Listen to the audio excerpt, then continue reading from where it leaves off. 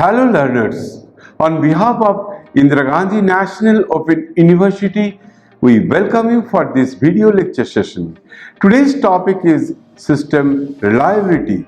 This is the 34th module of the course Quality Engineering and Management. I am Subhashish Maji, professor in School of Engineering and Technology from Indira Gandhi National Open University. So, dear learners, let us begin our today's discussion on the topic system reliability. After listening to this video lecture, you should be able to define reliability. You should be able to understand series structure, parallel structure and combination structure of reliability, and you will also be able to calculate the reliability of a system. Now, dear learners, let us begin our discussion on system reliability. You will be introduced to the topic of reliability of a system.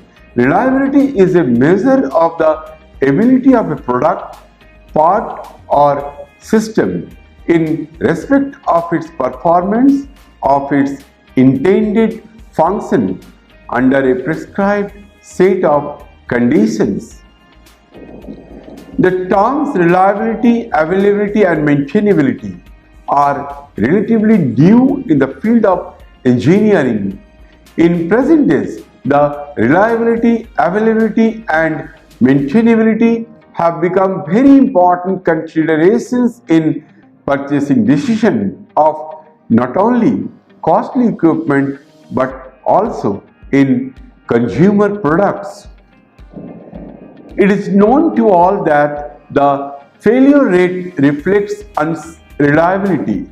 The information obtained from test results and field use experience exhibits one of the following three different types. Number one, the highest rate of the failure occurs during initial use, called infant failures or teething troubles. It may be due to environmental change, previously undetected faulty subcomponents or damage in transportation, etc. And slowly these problems vanish, registering or exhibiting a decreasing failure rate. Reliability improvement. Second one, random failures can be seen now and then, only indicating that the machine is undergoing the useful life that registers the constant failure rate.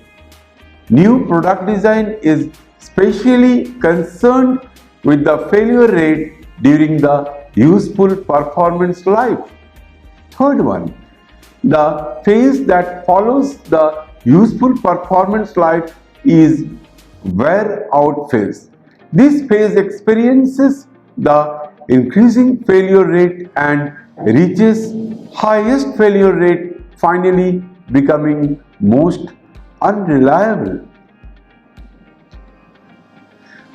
Whatever may be the phase which the machine is undergoing, it does not perform properly as desired unless all of the subcomponents must be greater than the reliability desired for the final product.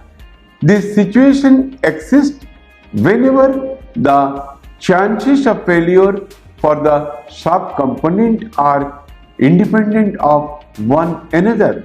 For example, consider the probability of starting a bike. It may not start due to various reasons such as slip in kick rod, the failure of spark plug, the failure of magnetic system, generation current for the spark plug, or the carburetor not supplying fuel to the engine, etc. Thus, probability of starting or not starting of the bike depends on the probability of the functioning or not functioning of its components. This is one of the major considerations in the mind of a prospective user for opting for a particular product of a particular brand, just because of high reliability of Japanese electronic goods. There is worldwide demand for electronic goods made in Japan. In fact, reliability of a system is its ability to continue to be fit for the purpose or the function it is designed and developed over the lifespan, and is governed by factors like probability of failure, performance level expected, duration of performance, and environmental conditions. Reliability of a device or a system also depends on reliability of its components or subcomponents, which may be connected in series or in parallel or combination of both. It is expressed as a number in the range of 0 to 1. A reliability factor of 1 would mean that the device is expected to perform satisfactorily for the prescribed duration under the given environmental conditions. Similarly, a reliability factor of 0 would mean that in almost all cases the equipment would fail to meet the required performance level. If a system does not perform its intended function specified by the system designer, it is said to have failed. Thus, a breakdown induces an actual failure of the system as well as unsatisfactory performance. A system which is capable of sustaining performance over a longer period of time is said to be more reliable. There are three issues concerning reliability: reliability as a probability, definition of failure, and prescribed operating conditions. First, let us discuss what is reliability as a probability. Suppose that a component of a machine has a reliability of 0.85. This means that it has a 85% probability of functioning as intended. The probability of failure is 1 minus 0.85, that is 0.15 or 15%. One of the conclusions that we draw from the fact is that out of 100 of such components, 15 will fail.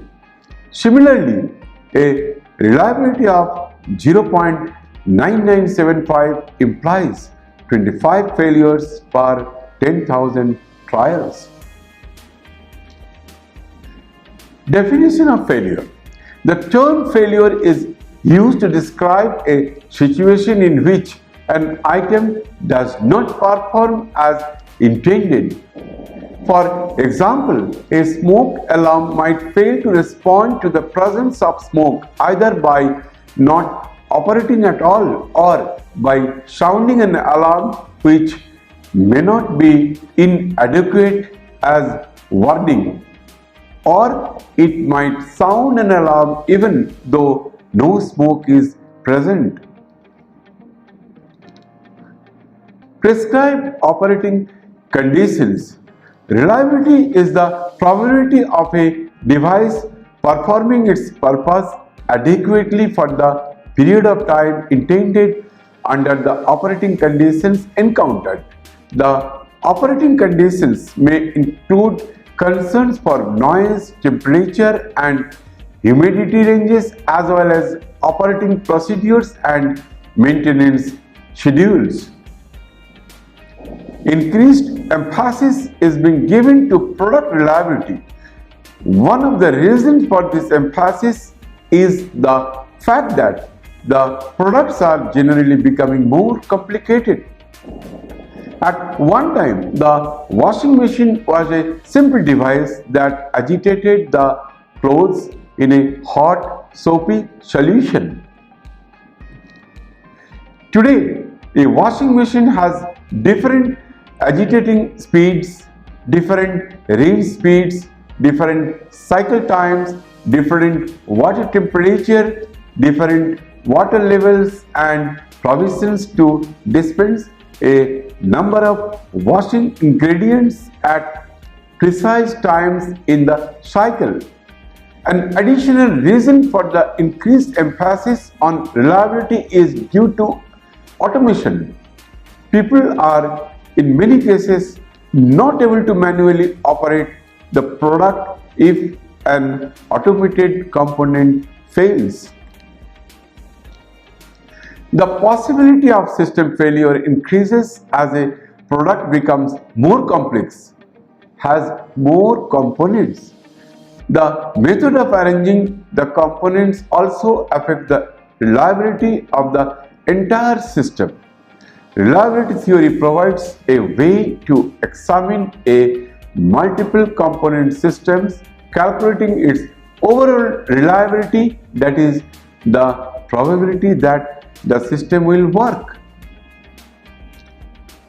Many systems can be modeled using series structures, parallel and redundant structures, or combination of both. In the best case, a high reliability system would have many parallel systems in series. In terms of design, a system designer must have deep understanding of the concept of series parallel structures. Let us first consider the case of series structure. A system is a series system of its components or units. If any of the units fails, then the system becomes inoperative. Hence, the reliabilities of all the components affect the overall reliability of the system. The following are examples of series structure.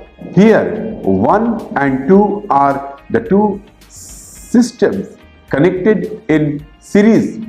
We call it series structure.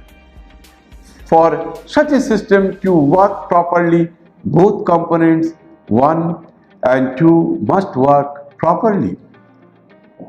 There may be any number of components in a series. If n is the number of series components in a system, then all n components must work in order for the whole system to work. Here, Rs is equal to R1 multiplied by R2 multiplied by R3 and so on till multiplied by Rn. Here, Rs is equal to the reliability of series systems and Ri is the reliability of unit I. Let us consider the system which we call it system 1, given below diagrammatically. So here you see that A and B are the two components connected in series. Now let us see how we can calculate the overall reliability of this series combination. For the system to work, both components A and B must be in working order.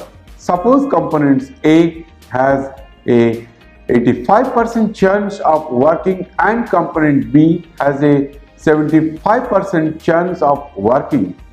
We would say the reliability of A is 0.85 and the reliability of B is 0.75. What is the probability that the whole system would work? R1 is given as 0.85, R2 is given as 0.75. The probability that the whole system would work is Rs is equal to R1 multiplied by R2. So, the reliability of the series connection is, for this case, 0.85 multiplied by 0.75, that comes out to be 0.6375. Now let us discuss about the parallel structure. We will consider parallel system. A parallel system with two components, that is C and D, may be graphically represented as shown in the figure. You see that the components C and D are connected in parallel. So the reliability of the parallel connection is equal to 1 minus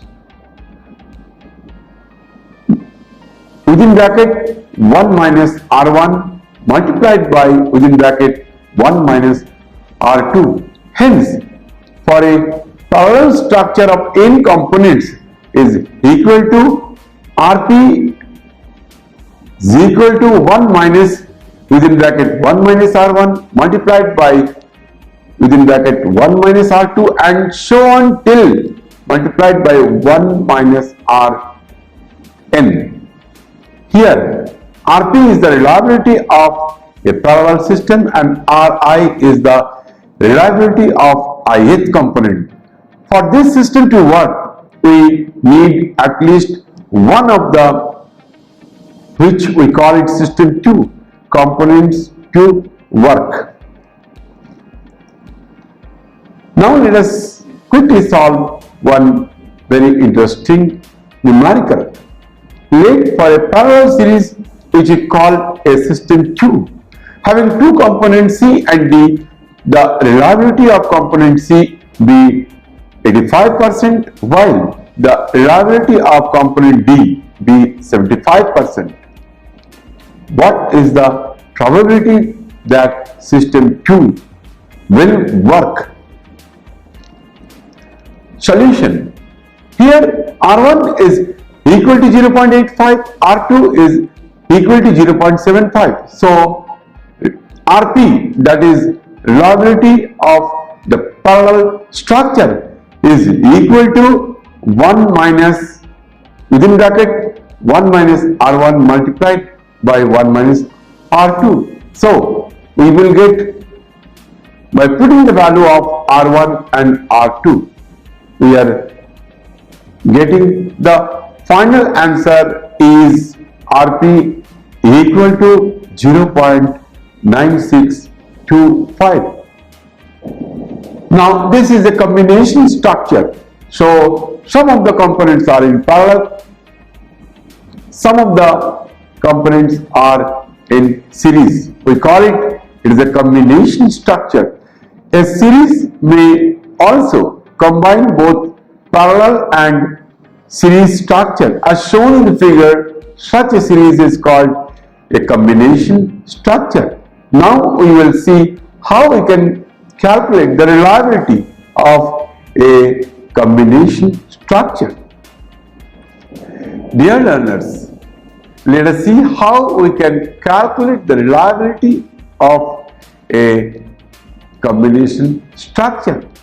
We will be considering reliability of a system with a combination of series and parallel components.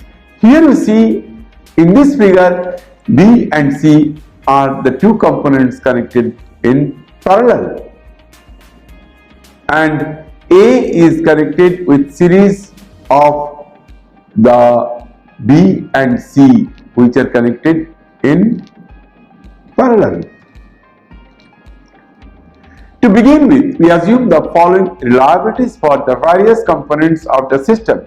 Say the reliability of the component A is 0.75, the reliability of component B is 0.55, the reliability of component C is 0.65. Now let us see that for this particular problem how we can calculate the reliability of this combination structure. The key is to reduce the system to series systems of components in such a way that each subsystems having only parallel components is treated as a single component. As a first step, we calculate the reliability of each of such parallel subsystems. So we want to somehow simplify the right side of the system as shown in the figure into a new component with one reliability value. We will call this new component D, and then we will have a series system with two components as shown in figure 1.18. So here you see that B and C are connected in parallel. So first of all, we will calculate the reliability of the components which are connected in parallel. Say the reliability of the combination of parallel connections of B and C is the component of D. So A and D are in series connections. There is no problem for calculating the total reliability of this combination structure. Now let us see how we can solve this numerically. For calculating the reliability of a combined system, first we find the reliability of the subsystems as shown in figure 11.9. Here B and C are the two components connected in parallel. So the reliability of the subsystem is 1 minus, within bracket 1 minus 0.55 multiplied by within bracket 1 minus 0.65. This comes out to be 0.8425 or 84.25%. So we will now attach this as the reliability of component D in the system below. Now here the two subsystems A and D are in series connections, and the D is equivalent to the parallel connections of the subcomponents B and C. Component A has a reliability of 0.7, so the reliability of series with A and D is simply the product of the reliabilities, that is RS is equal to 0.75 multiplied by 0.8425, that comes out to be 0.6318. So the reliabilities of system 3 is 0.6318 or 63.18%. Now let us try to solve the reliability of a combination structure. Consider a system with the combined system as shown in the figure 11.11. The reliability of each of the element is given in the figure itself. Find the overall reliability of the total system. Dear learners, please see that there are some subcomponents which are connected in parallel. There are some components which are connected in series. So the left hand side, that is one single subcomponent, that is the reliability of that one is 0.7. Next one, the three subcomponents are connected in parallel. The reliabilities are 0.9, 0.6 and 0.8. The third component system, the third subsystem from the left, the three subcomponents are connected in parallel. The reliabilities of those three subcomponents which are connected in parallel are 0.7, 0.9 and 0.8. And of course the last component, that is on the rightmost component, the reliability is 0.9. So first and foremost duty is we have to calculate the reliabilities of the subcomponents which are connected in parallel. Then we will proceed further. The reliability of the first parallel system RP1 is equal to 1 minus within bracket 1 minus 0.9 multiplied by 1 minus 0.6 multiplied by 1 minus 0.8, that comes out to be 0.992. The reliability of the second parallel component, that is Rp2, is equal to 1 minus, within bracket, 1 minus 0.8 multiplied by 1 minus 0.7 multiplied by 1 minus 0.9, that comes out to be 0.994. The above parallel series system can be reduced to equivalent single series system as given below. So here we see that the four components are connected in series. There is no problem for us to calculate the reliability of the series combination, that is R is equal to 0.7 multiplied by 0.992 multiplied by 0.994 multiplied by 0.9. So the reliability of the entire system R is equal to 0.6212. Now we have completed our today's discussion on system reliability. Dear learners, I hope you have understood the concept of reliability, different structures of reliability such as series structures, parallel structures and combination structure. You have also learned how to solve the numerical related to system reliability. Thank you very much.